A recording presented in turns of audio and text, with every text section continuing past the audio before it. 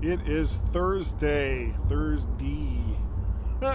September 6th of 2018. And the day that I have been looking forward to and dreading at the same time is finally here.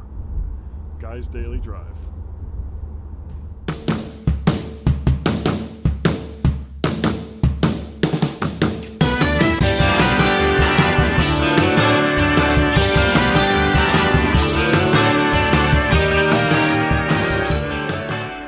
And a good Thursday morning to everyone who is watching this. Today is the day that I am finally going in for my implants to have the two back molars on my lower back molars on my right side replaced with implants, the ones that shattered. I have talked about that in the past. And it has been quite the journey to get here. The weirdness of the way it happened with eating a bagel, pulled out a crown, which in turn shattered the molar next to it, and having two jagged teeth for a little while. Fortunately, I wasn't in any pain. And then going to a new dentist, though it's, a dentist I had used before, my wife's dentist, and being really, really nervous about the extraction process because the only time I had teeth extracted was my wisdom teeth, and that was all four of them when I was 18, and there was pain and agony, and I was it was dental surgery, and they knocked me out for it. So when I went in, and they made it pretty clear that they weren't going to put me out for the extraction process, I was really, really nervous. And then he told me that he also had a degree in anesthesiology, and that if I felt any pain, that it was a failing on his part, and he extracted the two teeth, and there really wasn't much in the way of pain.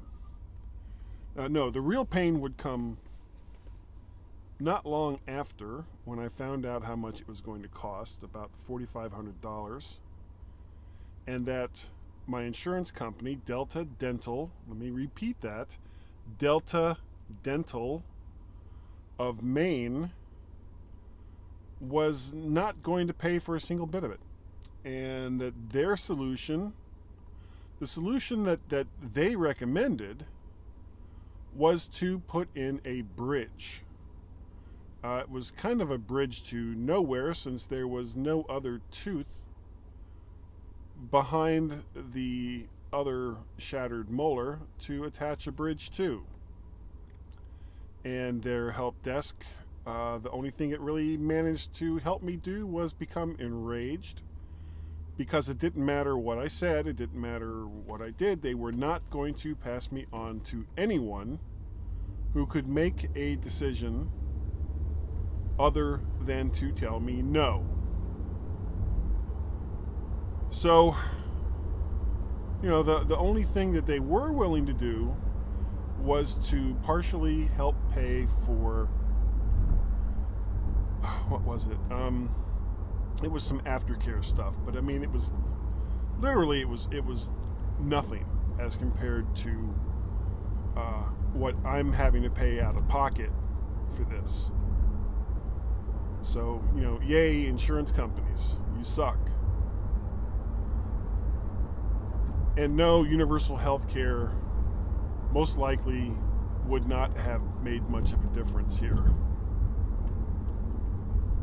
But that's just part of the story. So, moving on from that,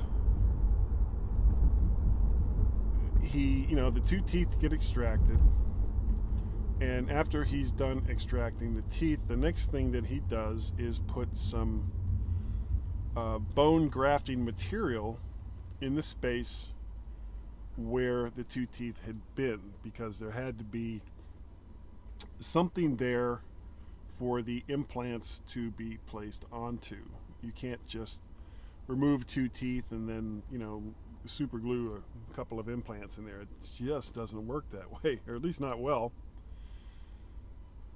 So once that was done, then we began the waiting process to make sure that the graft material, the bone graft material, was sufficient and it was hardened enough to where it could be used for implants.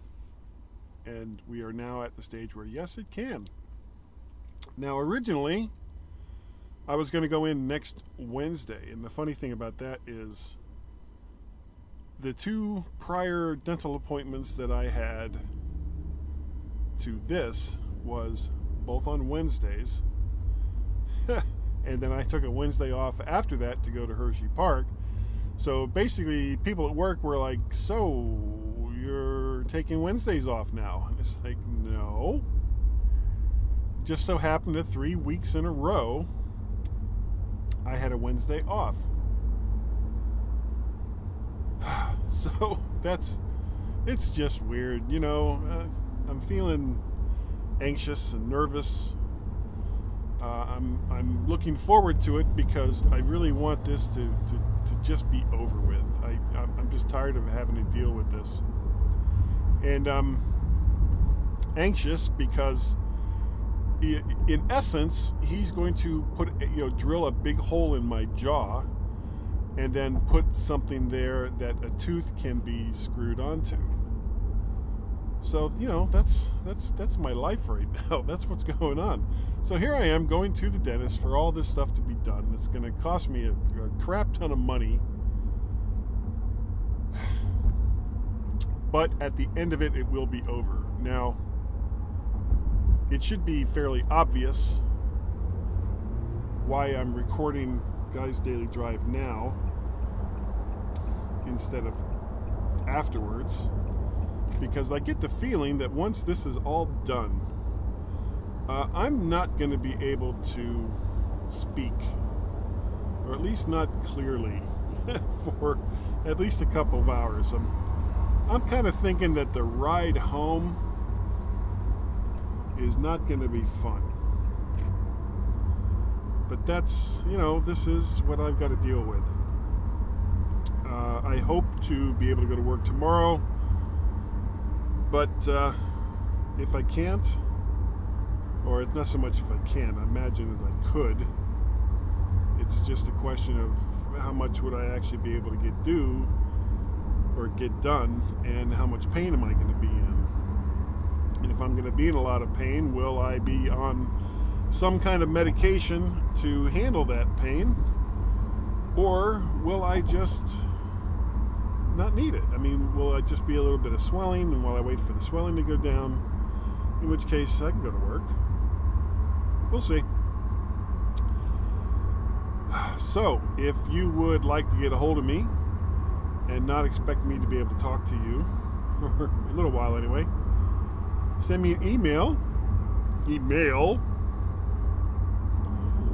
to guy@mymac.com probably, or send me a tweet on the Twitters, where my handle there is MacParrot. You can also find me on Wednesday nights, usually at 8 p.m. I did one last night, usually with Warren Sklar. He wasn't available last night. On the Mac to the Future live cast that I do there on the Facebooks. And also the MyMac.com podcast that I do with Gazmaz on the weekends. Though not this weekend, because he's on walkabout. He's going on a walking vacation. So I have to get somebody else to do the podcast with me this weekend, assuming I'll be able to do the podcast this weekend. Though I imagine the swelling should be mostly gone by Saturday or Sunday. Anyway, that will about do it. I will see you all on the other side of this insanity. And I will catch you next time. Whoops, hold on. Come on. Car in front of me, keep moving. There we go, thank you. I will catch you next time. Oh, for God's sake. People learn how to drive. Holy crippity crap. I will catch you next time. There, finally. On Guy's Daily Drive.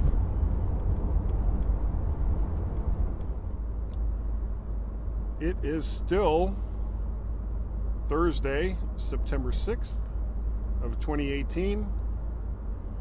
And this is all post-op for what will be a long journey for these implants on Guy's Daily Drive. Turn left onto Pomfret Road.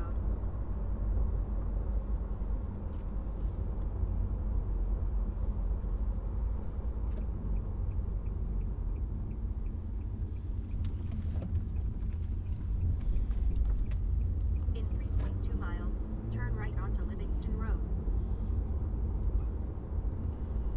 All right, they are done. I'd say drilling and filling, but that's not really what happened. This is going to actually entail several visits. I was under the impression that it would all be done today, but it wasn't.